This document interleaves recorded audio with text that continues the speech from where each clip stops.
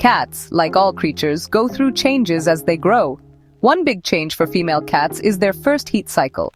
This means they are ready to mate and have kittens. Imagine it like a teenager going through puberty. Most cats have their first heat around 6 months old. But don't be surprised if it happens a bit earlier or later. Think of it like this. Some kittens are late bloomers. Breed and time of year matter too. Some breeds, like Siamese cats, might go into heat even earlier than 6 months.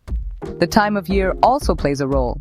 Cats are more likely to go into heat during warmer months when the days are longer. This is because sunlight affects their hormones. It is important to remember that every cat is different. Just like humans, their bodies develop at their own pace.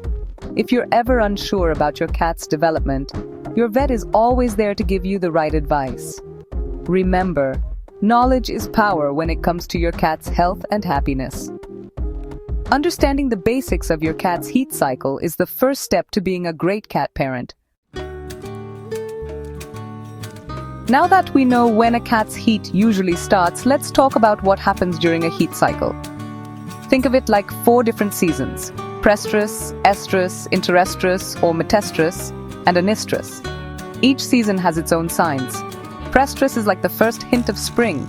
Your cat might seem a bit more affectionate. She might rub on you more and purr louder. This stage only lasts a few days. Estrus is the heat part of the cycle. This is when your cat is able to get pregnant.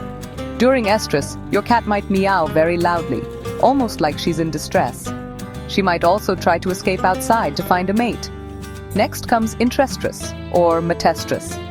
This is a short period of rest for your cat's body. If your cat didn't mate during estrus, this phase lasts about a week.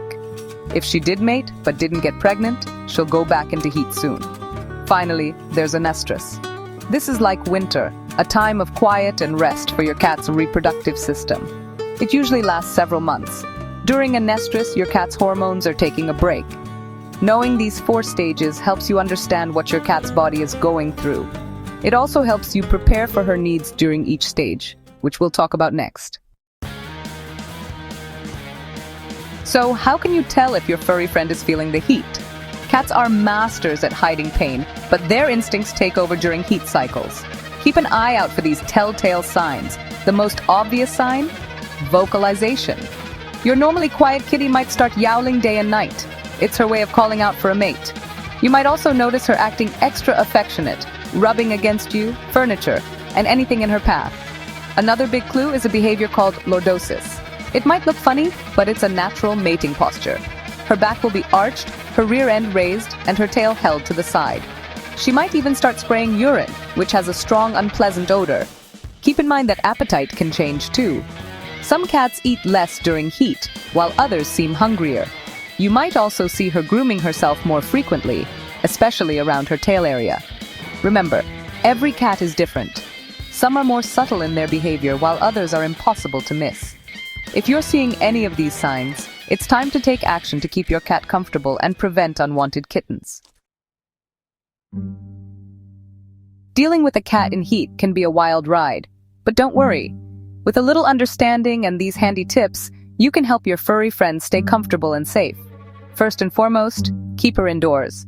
The urge to find a mate is strong, and letting her roam free puts her at risk of unwanted pregnancy and other dangers. Next, create a calm and comforting environment.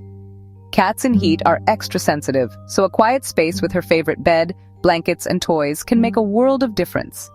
Extra cuddles and playtime can also go a long way in soothing her anxieties.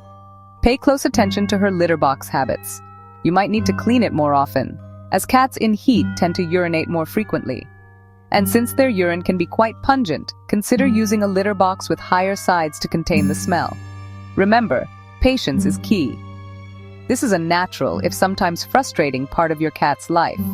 By providing a safe, loving, and comfortable environment, you can help her through it.